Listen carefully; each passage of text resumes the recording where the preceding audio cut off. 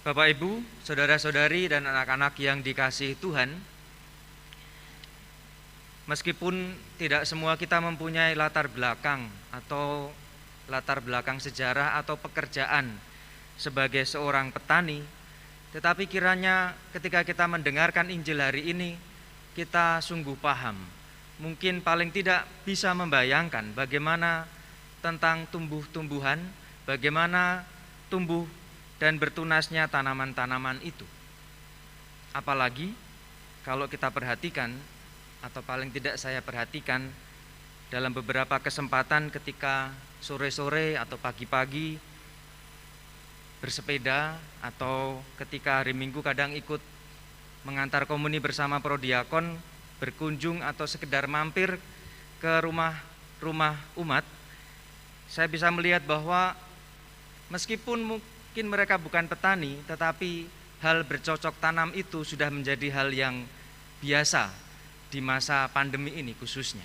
Orang-orang yang biasanya dulu tidak pernah berpikir tentang tanam-tanam di pot, menghijaukan lingkungan rumahnya dan lain sebagainya, sudah banyak kita lihat efeknya. Bukan hanya ibu-ibu, bahkan ada yang bapak-bapaknya yang suka tanam-menanam, ibunya suka lihat-lihat saja. Tetapi dari situ kita bisa melihat, Bapak Ibu saudara-saudari sekalian, bahwa dalam pengalaman-pengalaman kecil itu kita melihat ada kuasa Tuhan yang menumbuhkan berbagai macam tumbuhan yang kita tanam, yang kita rawat, yang kita pelihara itu. Hari ini saudara-saudari yang terkasih, Injil yang kita dengarkan juga berbicara tentang tumbuh-tumbuhan, tanam-tanaman, dan itu dijadikan oleh Yesus untuk kesekian kalinya untuk menggambarkan bagaimana kerajaan Allah itu. Dari Injil yang kita dengarkan hari ini minimal kita menemukan 3 hal. Bagaimana kita mengecap sekitar lingkungan kita untuk memahami kerajaan Allah. Yang pertama, bacaan Injil hari ini ketika mengetengahkan tentang bagaimana benih itu ditaburkan, bagaimana benih itu bertunas dan kemudian berbuah, kita kemudian diingatkan bahwa kerajaan Allah itu bukan hanya atau bukan bahkan berkaitan dengan kekuasaan, bukan berkaitan dengan wilayah pemerintahan, tetapi berkaitan dengan Allah yang berkuasa. Ketika Allah yang berkuasa dalam diri manusia, maka apa yang baik itu akan tumbuh, bukan hanya tumbuh kecil, tetapi tumbuh menjadi besar dan berkembang pesat. Dengan demikian kerajaan Allah kita pahami bukan sebagai sebuah teritori atau tempat, tetapi sebagai sebuah suasana. Kita bisa mengingat kalau kita berdoa Bapa kami, ada kata-kata yang mengatakan demikian. Datanglah kerajaanmu, jadilah kehendakmu di atas bumi seperti di dalam surga. Dengan demikian kerajaan Allah itu hadir, datang ketika jadilah kehendakmu, jadilah kehendak Tuhan dalam hidup kita. Terjadinya kehendak Tuhan dalam hidup kita itu menandakan kehadiran kerajaan Allah. Di mana?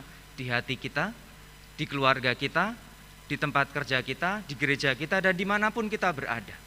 Allah yang meraja, Allah yang menguasai tumbuh kembangnya hal-hal yang baik itu.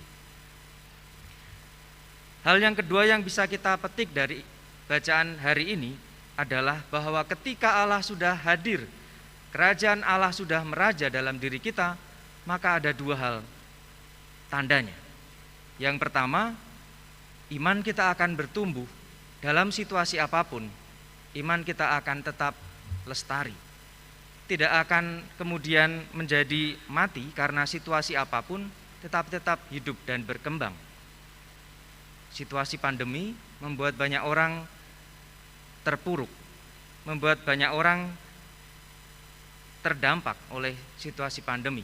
Tetapi dengan iman yang kita miliki, kehadiran Tuhan yang kita terima, meskipun di awal-awal kita menerima Tuhan secara virtual, toh itu menjadi kekuatan bagi kita untuk melanjutkan hidup kita sampai saat ini.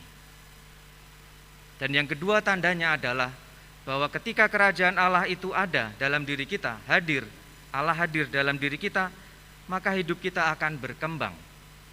Hidup kita akan berkembang dan berbuah, bukan hanya untuk diri kita sendiri, tetapi bisa dinikmati banyak orang.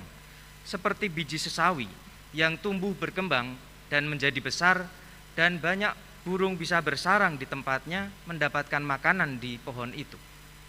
Iman kita, hidup kita bukan hanya tumbuh tetapi berkembang dan menjadi tempat oase bagi orang-orang di sekitar kita.